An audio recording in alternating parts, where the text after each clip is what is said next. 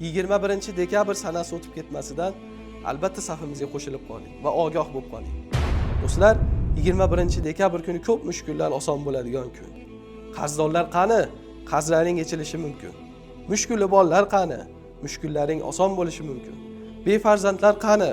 Alloh taolo shirindan shakar farzand berishi mumkin. Qani mushkulli bolalar? Qani sinovga uchraganlar? Bu kundan bebahra bo'lmanglar. Do'stlar, biz 7 dekabr sanasidek yetimlarga, miskinlarga, boquvchisini yo'qotgan oilalarga ko'mir xayriyasini, oziq-ovqat mahsulotlarini yetkazishlikni yana bir bor niyat qildik. Bu kunda duolar ijobat. Shu xalqimizning duolari bilan befarzandlar qani? 10 ming, 15 ming ehson qiling. Shoyatki shu ehsoningiz sababli Alloh taolo shirindan shakar farzandlar bersa. Qani qarzdorlar, 15 ming, 20 ming bo'lsa ham tushiring. Shu ehsoningiz sababli Alloh taolo qarzlaringizdan najot bersa. Qani mushkuli bolalar, qani sinovga uchraganlar, qani musofirlar, qani ota-onasini haqqiga duo olmoqchi bo'lganlar, ota-onasi o'tib ketganlar, qani 15 ming, 20 ming bilan shu saxovat peshi xalqimizning duolarini olib qoling.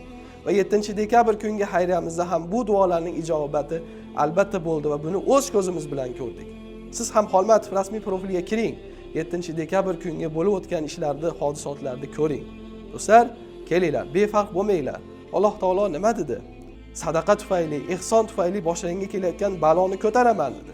Kelinglar, shu 15 ming, 20 ming pul bilan mana shu qalbimiz ichida turgan umidi duolarimiz, so'rovlarimiz hosil bo'lib qolishi mumkin. Sababi payg'ambarimiz alayhisalom nima deganlar? Kim bir birodarini mushkulini aritishlik yo'lida bir qadam qo'ysa, Alloh taolo shu bandasini mushkullarini o'zi ravo qilib qo'yadi deganlar. Kelinglar, shunday ekan qoldirgan kartalarimiz. O'zingizning sharoitingizdan, imkoniyatingizdan kelib chiqqan holatda ehson qiling. 15 ming, 20 ming bu aytiladigan, belgilanadigan summa emas. Sharoitingizdan kelib chiqib ehson qiling. Shoyat shu ehsoningiz qabul bo'lib, shu aziz xalqimizning duolari ijobat bo'lib, sizning mushkullaringiz oson bo'lib ketsa va bo'ladi ham. 7 dekabr kuni mana shu duolar ijobat bo'ldi. Siz albatta Xolmatov rasmiy kanaliga kiring. Bu duolarni ko'ring. Qaysi xonadonlarga kirganimizni ko'ring. Do'stlar, pulingiz yo'qdir.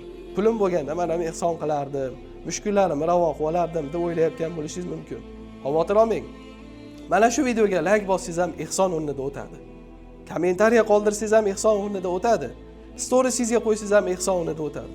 Va ko'plab yaqinlaringizga, 15 ta 20 ta yaqinlaringizga, qarindoshlaringizga, do'stlaringizga, "Ey do'stlar, qarindoshlar, yaxshi ish bo'lyapti. Kelinglar shu safimizga qo'shiling" degan ma'noda videolarimizni ko'plab odamlarga jo'natsangiz ham ehson o'rnida o'tadi do'stlar. Muhimi bebahralardan, bee'tiborlardan bo'lmang.